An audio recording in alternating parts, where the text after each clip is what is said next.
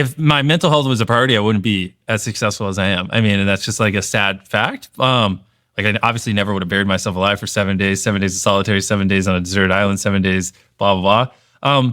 It's like, being consistently uncomfortable and like being able to consistently suffer over long periods is like arguably one of the deepest modes. Like there's a reason no one makes videos like me, like not even close, because no one wants to live the life I live. I mean, there are months where I think there was 1 year I was flying like 200 days. Like I was on a plane. I mean, it was a fuck fest, but to get these videos done and I do everything. And it's like, when I wake up tomorrow and I'm going to be pretty fucking tired and feel like shit, I'm going to go, something I always tell myself is how you feel right now is why no one else does what you want to do or does what you do. And if you push through this, that's just even, more of a reason why no one will ever be who you are. And so it's like, I think being able to push through unhappiness and do things you don't want to do consistently year after year over the course of a decade is like the ultimate advantage. Like, I mean, I think we'll hit 1 billion subscribers and I don't think anyone will be anywhere near close because like,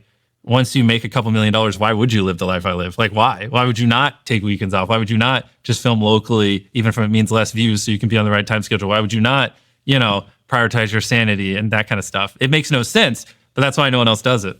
It was pretty rough because in 2008, they were over leveraged. So we literally went bankrupt. And so they had properties that they used to get other properties. And then when everything collapsed, they lost basically everything. And so my mom was working 2 jobs and, barely getting by. And so I didn't see her that much because when I was coming home from school, she was doing her second job.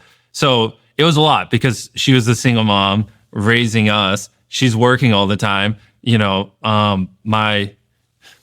don't talk about a lot of this. I have Crohn's disease, so I was very sick growing up. My brother also had issues as well. And so, we're not the healthiest kids in our teenage year. She's just trying to get by and take care of us. And then, she comes home and she just has this brat that's being annoying and like, I want to be a YouTuber. And she's just begging me. Sometimes she would literally cry and beg me to do homework. And I mean, I was like, I didn't mean it in a mean way, but I mean, even one time I literally told her, if you want my homework done so bad, why don't you just do it? Like that's what I told my mom. Like, what am I doing? I don't know. Like, I was just like, I don't care. Like, I just want to be successful. I want to build businesses. And so it was like, bless her heart. Like one of my teachers literally asked like if I was mute, like, cause that's how little I spoke because no one in the school I went to was entrepreneurial or wanted to build businesses. And I just didn't want to do anything else. And, eventually I started to succeed, found other lunatics, and now life's great.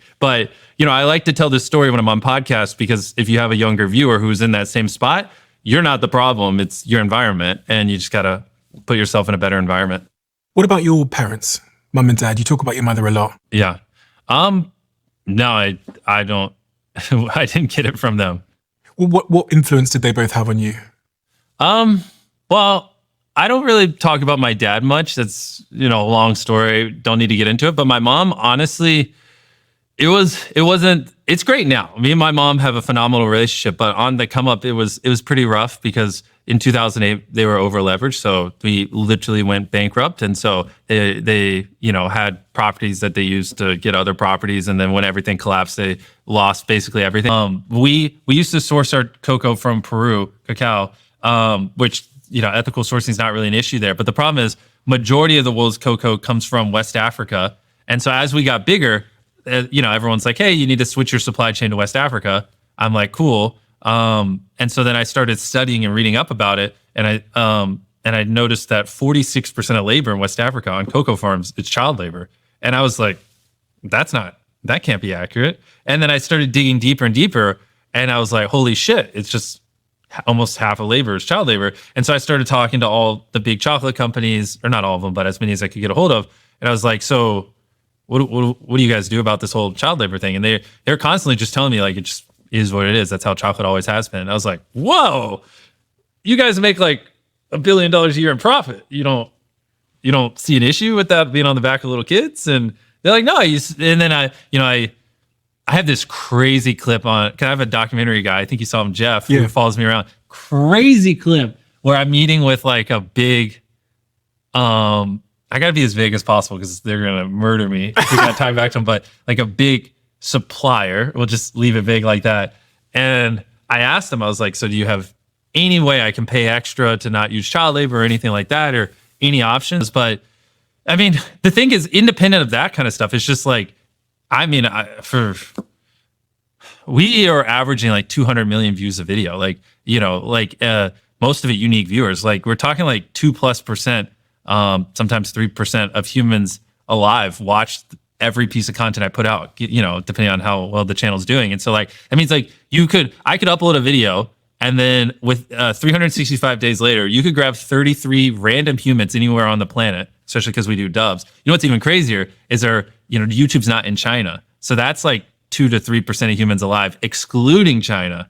Or China's mixed in there, but if you just take people excluding China, it'd be more like 3 to 4%. But you could just grab 33 random people on the planet, and one of them on average would have seen that video because the views are so fucking high. So yeah, I mean, there's a lot of criticism that's thrown at me. And the thing is, since our stuff's so global, sometimes, transcends culture and not everyone views everything. And so everyone has different opinions and stuff like that, which is why it will drive you crazy at our scale if you try to make people happy. Because even if 99% of people are deeply happy, which is an insane hit rate. Like, if you make a piece of content, 99% of people that watch it love it. That is wild, which that kind of stuff doesn't happen. But in our case, if just 1%'s unhappy, that's 2 million people, which is more than anyone else even gets on views on video. Plus, I really wanted to take care of my mom because when I was 11, we literally went bankrupt and lost everything. Luckily, it worked out.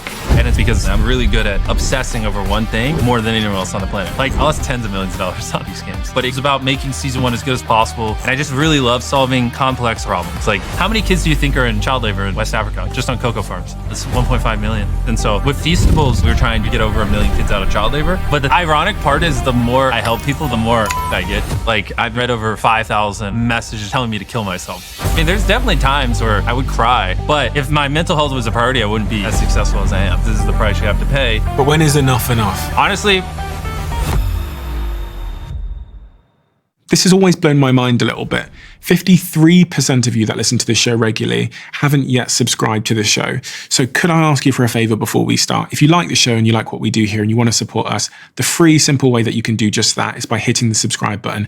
And my commitment to you is, if you do that, then I'll do everything in my power, me and my team, to make sure that this show is better for you every single week. We'll listen to your feedback, we'll find the guests that you want me to speak to, and we'll continue to do what we do. And there was, like, even if no one still watches my videos to this day, I would still be going. And so people hate it, but I'm just the most competitive, stubborn person you'll ever meet, and I just never give up. And where did that come from? I have no idea, to be honest. Honestly, it feels like it was just in my DNA, in my bloodstream. My mom hated it growing up. We'd always argue, and like, she has this thing where, like, once Jimmy sets his mind to something, he just never stops. And it would always piss her off because when it was YouTube and she wanted me to be studying or things like that. But I really don't know. It's just always been how I am. And I think a lot of people have these weird tendencies and they tend to like try to like unlearn them. And like, I had phases in my life where I was like, am I too extreme? Like, people are very intimidated by me because I just am so obsessed with work and I'm so all in. And like, is this like unhealthy? Should I try to be more like a normal human? And especially when I was a teenager, it's a lot easier. It's funny when you're making lots of money, it's like admirable, it's respectable. It's like, look, those are traits we want. But when you're not successful, you're a lunatic when you have all these traits. I've probably read comments or tweets, or I've probably in my lifetime read over 5,000 messages or comments or something telling me to kill myself. I mean, you know what I mean? Just like, and what would possess someone to tell you to like leave a comment where it's like, fucking kill yourself? You know what I mean? So agreed. Like, we were not meant to receive this kind of feedback from basically anyone, anywhere in the world. You know what I mean? Just all, consistently day in and day out for in my case now over a decade. Has it ever really got to you? Oh yeah, of course. I mean, it does all the time, or it used to all the time. Like I said. What does that mean in reality? If I'm a fly on a wall in one of those moments where you can recall it really getting to you? I mean, back in the day, but I wasn't as confident in my ability to be successful. And, when you're probably 20 and you're hiring all these people, I have high risk tolerance, but I'm reinvesting every dollar I make. I'm hiring my friends from school. I hired my mom. Like, these people I really care about are depending on me. And then, I upload a video and it does bad. And then people, I pour all my time and effort into it, but maybe it doesn't come across as well. Like the video, and some people might have interpreted it as lazy, and you read a comment being like, wow, what a fucking lazy. Like, I thought you made great videos, or this video sucked. And you read that and the video's underperforming and you're like, fuck, maybe I am being too reckless. It's just all in on YouTube.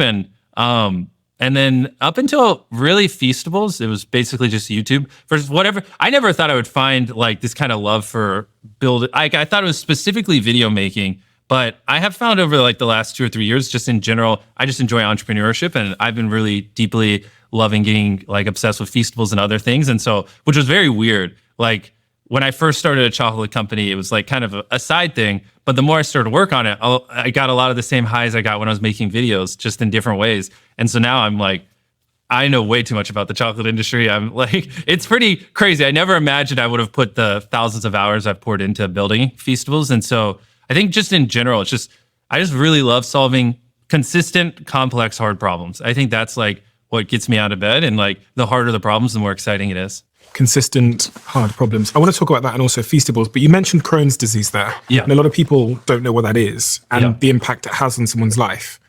Are you aware of it? I am, because I had a team member that had it. So in order to help support them at certain times when they had to leave and stuff like that, I got a little bit more aware of what it means and how it impacts you. It's the fastest way to make me depressed, is if I have to work with someone who's just not all in and just loves what they do. It's just a lot of, stuff like that I'm sure if you listen to like a Steve Jobs interview or something that he talks about, it's just the typical traits: obsessed, coachable, all in, sees the value. And what is the single worst trait? Mediocrity. I mean, it's just like, because they're not bad enough where you fire them, but not good. The problem is like, and you see it in full effect. Great people just love working with great people. They do. And there's something about being around great people that pulls some kind of animal out of you that just makes you want to do more and push more and believe things aren't possible. And I don't know, when you put me around a bunch of other successful entrepreneurs, I just turn into a different human than if you put me around, I don't know, a bunch of people who are just running small businesses and don't really care and don't really have much ambition. I'm like two completely different humans. And you see that same thing in full effect. You put a bunch of A players around more A players, they just build off of each other. But you like put 2 or 3 C players amongst a bunch of great people, and they'll start pulling them down. They'll start making them not want to work as much and make work not as fun.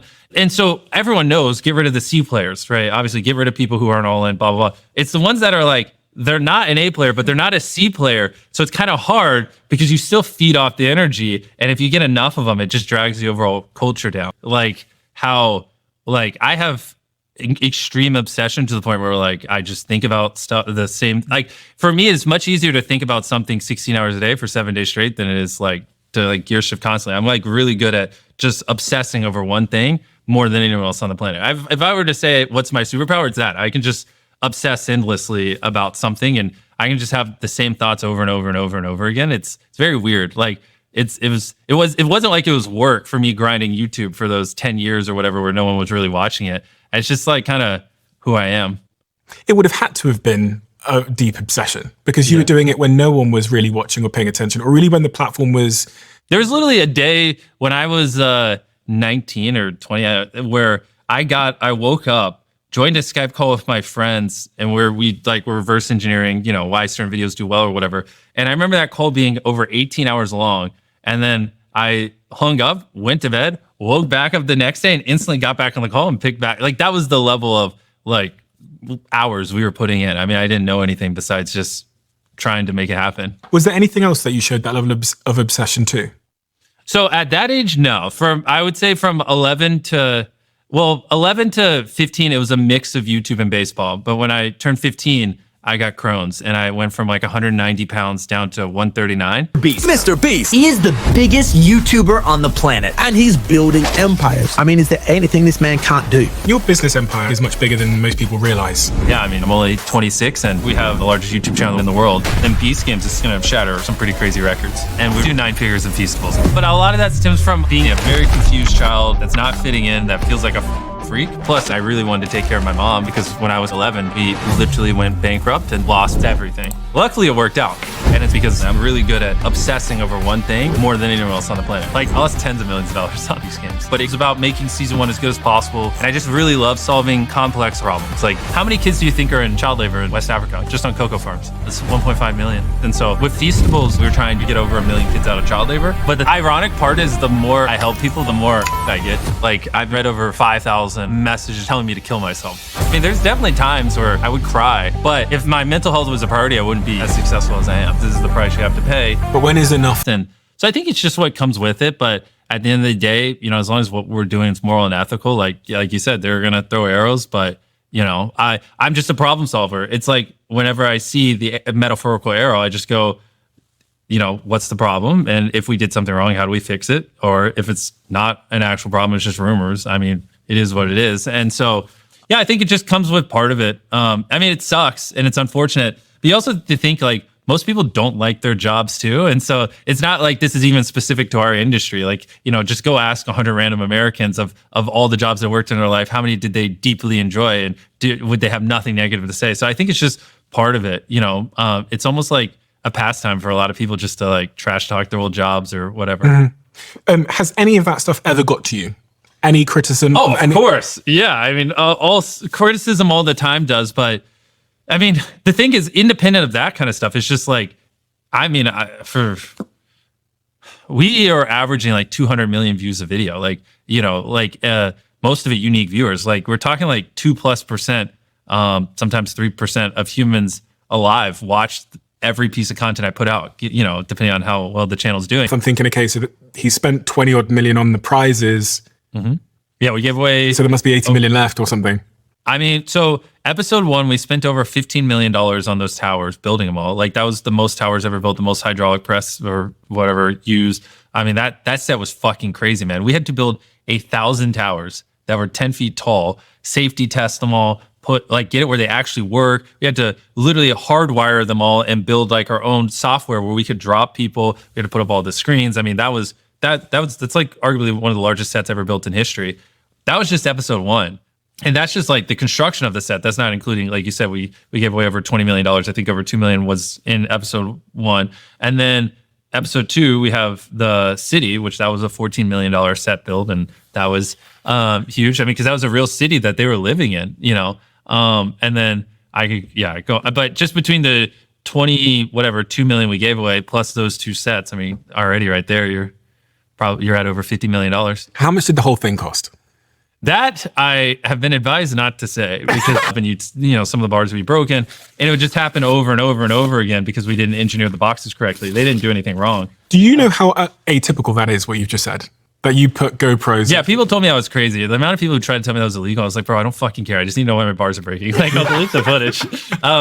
And so you know, I did a bunch of just data and so there's a company called Acosta where you can pay people to go into Walmart. So then I started paying where every week I would send someone into every single Walmart in America to buy all the broken bars, fix up the boxes. It's pretty expensive. I think, you know, it's like $100,000 just to send someone into every single Walmart to clean them up. $28 a pop times 5,000 Walmarts. And yeah, so I was sending people into Walmart to clean up the broken bars, but I was paying so much money. It was $100,000 a week just to send people in, and then I was buying all these broken bars because I just really didn't want people to go into Walmart and to buy a broken Feastable bar. Like that is literally the worst, you know, consumer experience you can have.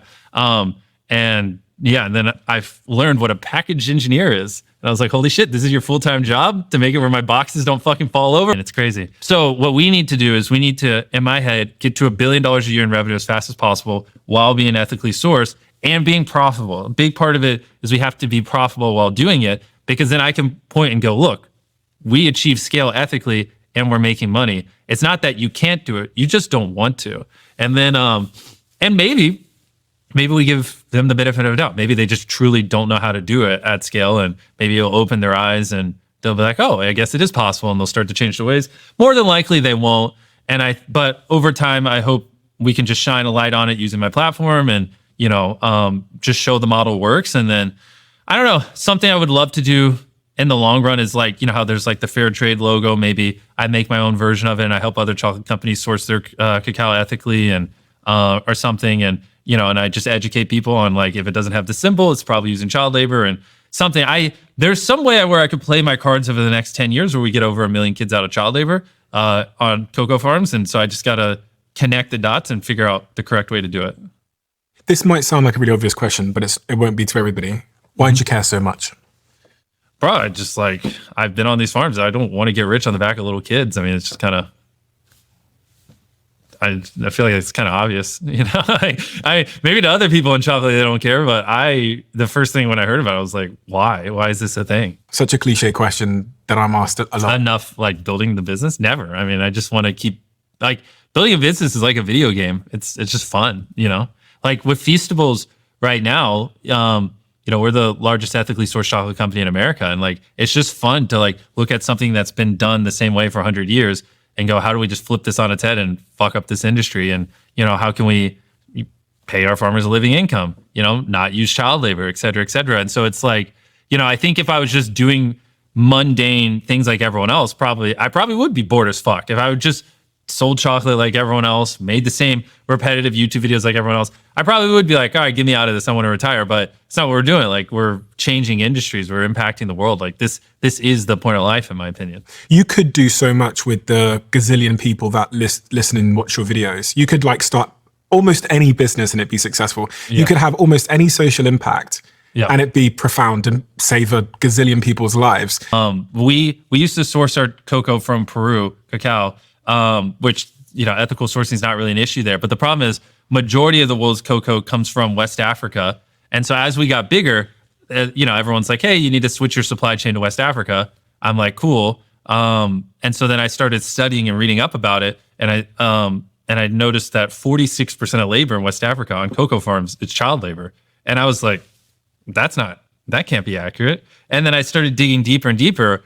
And I was like, holy shit, it's just almost half of labor is child labor. And so I started talking to all the big chocolate companies, or not all of them, but as many as I could get a hold of.